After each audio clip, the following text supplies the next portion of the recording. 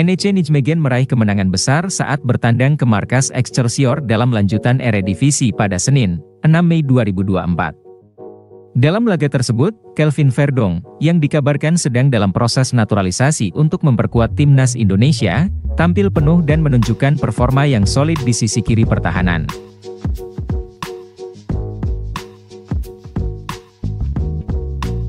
Tim tamu, NEC Nijmegen, berhasil mengamankan 3 poin dengan skor telak 3-0, di mana semua gol tercipta di babak kedua. Caron Cherry menjadi bintang lapangan dengan 2 gol yang dicetaknya pada menit ke-60 dan ke-68.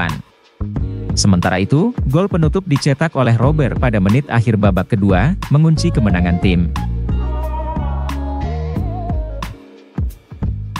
Kemenangan ini semakin mengukuhkan posisi NEC Nijmegen di papan atas klasemen Eredivisie, dengan mengumpulkan total 50 poin dari 32 pertandingan dan berada di urutan ke-6. Malam yang kelam bagi Kas Eupen dan Shane Patinama, pemain timnas Indonesia, saat mereka resmi terdegradasi ke kasta kedua Liga Belgia. Kekalahan 0-1 dari Kortrijk di Stadion Goudensporen, Senin dini hari WIB, 6 Mei 2024, menandai akhir dari perjalanan 8 tahun mereka di Liga Utama. Gol tunggal yang dicetak Joao Silva di menit ke-45-10 menjadi pukulan berat bagi Eupen, yang kini harus mengakui kegagalannya bertahan di Liga papan atas.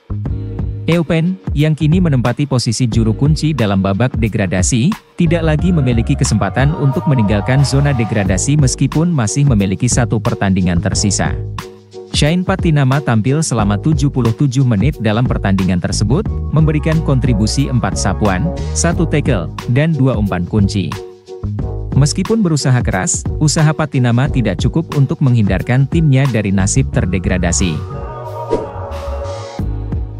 Jay Idzes, pemain keturunan Indonesia, berhasil membawa Venezia FC meraih kemenangan dramatis 2-1 atas Feral Pisalo dalam pertandingan Serie B Italia yang berlangsung pada Minggu, 5 Mei 2024.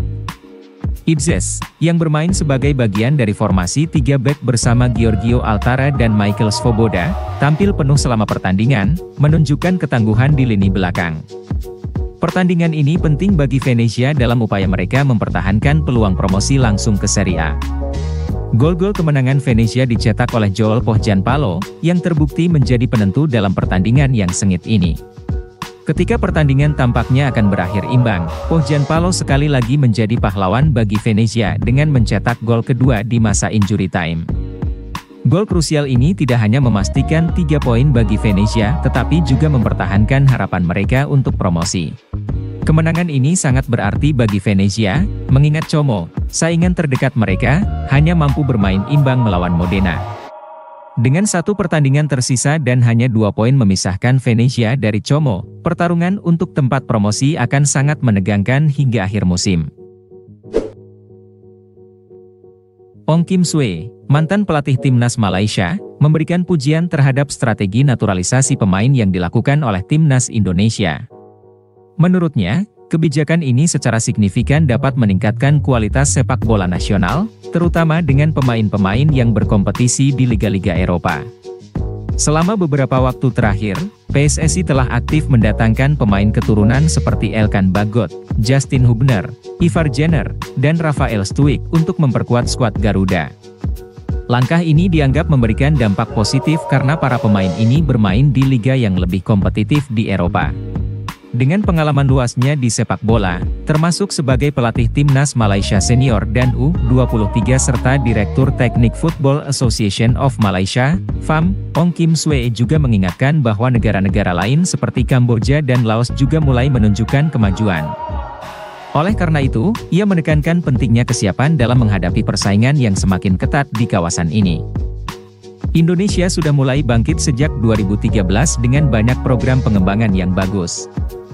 Ini harus menjadi perhatian serius bagi Malaysia dan negara-negara lain di kawasan untuk memperkuat sepak bola mereka, pungkas Ong Kim Sue.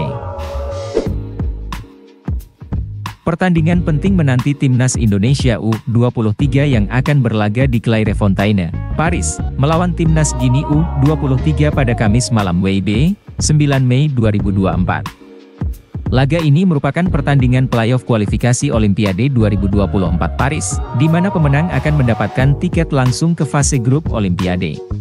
Timnas Guinea U23 membawa senjata ampuh dalam bentuk Ilaix Moriba, mantan wonderkid dari Barcelona yang saat ini bermain sebagai pemain pinjaman di Getafe dari RB Leipzig. Dengan usia yang masih 21 tahun, Moriba memenuhi kriteria untuk berpartisipasi di kategori U23 dan diharapkan dapat membawa pengaruh besar dalam laga tersebut.